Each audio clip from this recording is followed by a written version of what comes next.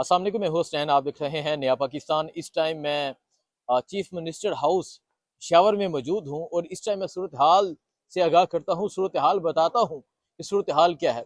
देखें, एक तरफ जो है वो मौलाना फजल रहमान के भाई आ जाते हैं, एक तरफ अमीर मुकाम के बेटे आ जाते हैं और तीसरी तरफ एक कारकुन, एक नौजवान, एक वर्कर और एक ऐसा वर्कर जिसकी तस्वीर आपने देखी होंगी कि जूते इस तरह के पहने हैं कि क्या ही बात करें। इसके अलावा और काफ़ी तस्वीर आई हैं।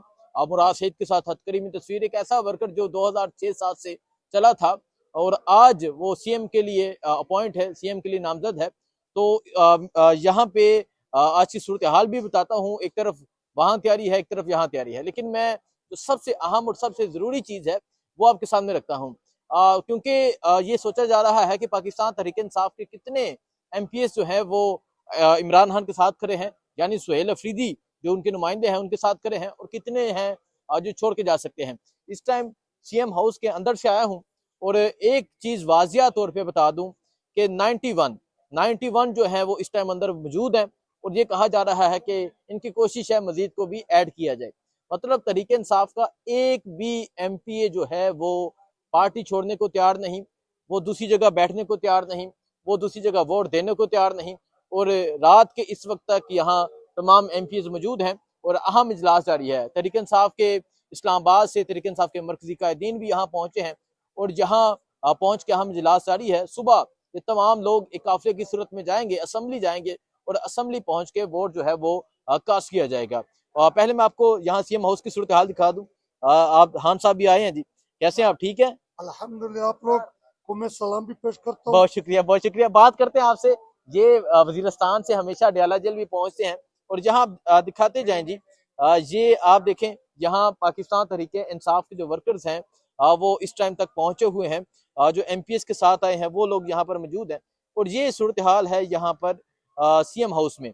और यहाँ अहम इजलास भी जारी है। यहाँ अहम जो एक पाकिस्तान तहरीक इंसाफ के लोग हैं वो यहाँ पर पहुंचे हुए हैं और यहाँ जो इजलास होगा, जो इजलास में चीजें तय होंगी वो तो आपको पता है, लेकिन जो तहरीक इंसाफ का एक अहम इम्तहान होगा वो कल से शुरू होगा, जब चीफ मिनिस्टर सुहेल अफरीदी हो जाएंगे। अभी तो बहुत रास्ते अटकाए जा रहे हैं, अभी रोड़े अटकाए जा रहे हैं, रास्ता रोकने की कोशिश की जा रही है, लेकिन अभी तक फिलहाल सूरत हाल ये है कि पाकिस्तान तहरीक इंसाफ की जो तादाद है, पाकिस्तान तहरीक इंसाफ के जो MPs हैं वो इस टाइम तक मुकम्मल है, इस टाइम तक तमाम तादाद मुकम्मल है।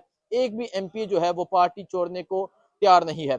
ये पंजाब जो 26वीं आईनी तरमीम हुई थी, आपने देखा था कि अचानक से तहरीक इंसाफ के MNA पहुंचते हैं और 26वीं आईनी तरमीम हो जाती है। लेकिन ये जनाबे वाला ये खैबर पख्तूनख्वा है, ये पठानों का सूबा है, यहाँ पख्तून कौम रहती है, यहाँ इज्जत वाले गैरत वाले लोग रहते हैं और ये अपने नजरिए पे, अपने वोट पे समझौता नहीं करते। और ये जिसके साथ खड़े होते हैं डट कर खड़े होते हैं, जिसका साथ देते हैं डट कर साथ देते हैं, जिसकी दुश्मनी करते हैं उसकी भी डट कर दुश्मनी करते हैं। ये 1 इंच भी पीछे नहीं हटते और ये अपने MPs को, अपने हुद्देदारान को भी यही पैगाम देते हैं कि पीछे नहीं हटना, साथ देना है, भरपूर साथ देना है। तो ये सूरत हाल है जी और सूरत हाल वाजिया हो चुकी है। कल इलेक्शन है, कल खैबर पख्तूनख्वा के जो स्पीकर हैं, देखिए स्पीकर का किरदार भी बहुत अहम है। स्पीकर बाबर सलीम स्वाति ये वो स्पीकर हैं जो 2003 से जो पाकिस्तान तहरीक इंसाफ के साथी हैं, 2003 में इमरान खान ने उनके घर जाकर उन्हें इनवाइट किया था कि आप मेरी पार्टी में शमूलियत तैयार करें। तब वो तहसील चेयरमैन थे। एक लंबी हिस्ट्री है जो आपके सामने कभी रखी जाएगी, उन्हीं की जुबानी रखी जाएगी। लेकिन स्पीकर का कल अहम किरदार होगा।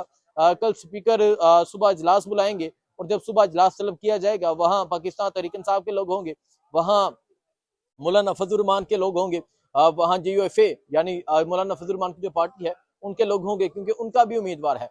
वहाँ ANP के लोग होंगे, वहाँ नून लीग के लोग होंगे और वहाँ ही तहरीक इंसाफ की एक कसीर तादाद होगी। यहाँ जो इस्लामाबाद के जो मुख्तलिफ शहरों के सहाफ़ी हैं वो भी पेशावर पहुँच चुके हैं और तमाम नजरें जो हैं वो यहाँ पर हैं। देखिए आप अडयाला के फैसले की ताकत देखें कि एक फैसला आता है तमाम चीजें चेंज हो जाती हैं, एक फैसला आता है CM चेंज हो जाता है, एक फैसला आता है प्रेस कॉन्फ्रेंस शुरू हो जाती है, एक फैसला आता है कौम देखने लग जाती है, एक फैसला आता है कौम निकल आती है, एक फैसला आता है कौम रोड ब्लॉक कर देती है, एक फैसला आता है कौम लब्बई कहती है।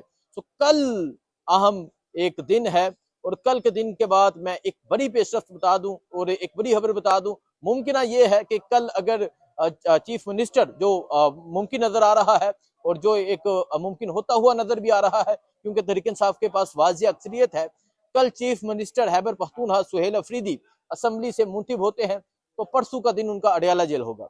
और ये मुमकिन ये है कि वो परसों मंगल वाले दिन अडयाला जेल का रुख करेंगे और अडयाला जेल में जाके इमरान खान से मुलाकात करेंगे।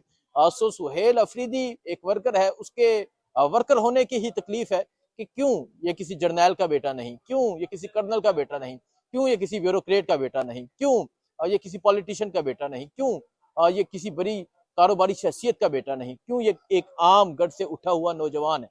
इसी चीज की तकलीफ है और इसी तकलीफ की वजह से आज ये तमाम प्रेस कॉन्फ्रेंस की जा रही है, आज ये तमाम चीजें की जा रही हैं, आज ये तमाम हरबे इस्तेमाल किए जा रहे हैं। कभी दहशत गर्दों के साथ जोड़ा जाता है, कभी स्मगलर्स के साथ जोड़ा जाता है, कभी ब्लैक मनी लॉन्ड्रिंग करने वालों के साथ जोड़ा जाता है।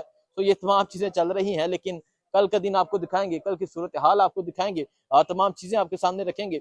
इस टाइम आप यहाँ ये सीएम हाउस का माहौल देख लें, आप लॉन में देख लें जी, यहाँ तहरीक इंसाफ के वर्कर्स की एक कसीर तादाद जो है वो पहुंची हुई है। और ये जो वर्कर्स हैं ये कल असम्बली के अंदर भी मौजूद होंगे और ये कल असम्बली के बाहर भी मौजूद होंगे। और कल जो असम्बली का माहौल होगा वो भी आपके सामने रखेंगे और इजलास में क्या चीजें तय होती हैं, इजलास में क्या डिस्कशन होती है, अब कितनी तादाद है, क्या चीजें हैं, तादाद तो मुकम्मल है, लेकिन किस तरह ये मूव होते हैं, किस तरह ये जाएंगे, कल असम्बली का माहौल क्या होगा, तमाम चीजें इंशाल्लाह आपको बताते रहेंगे, अपडेट देते रहेंगे। दुआ में याद रखें। अल्लाह हाफिज।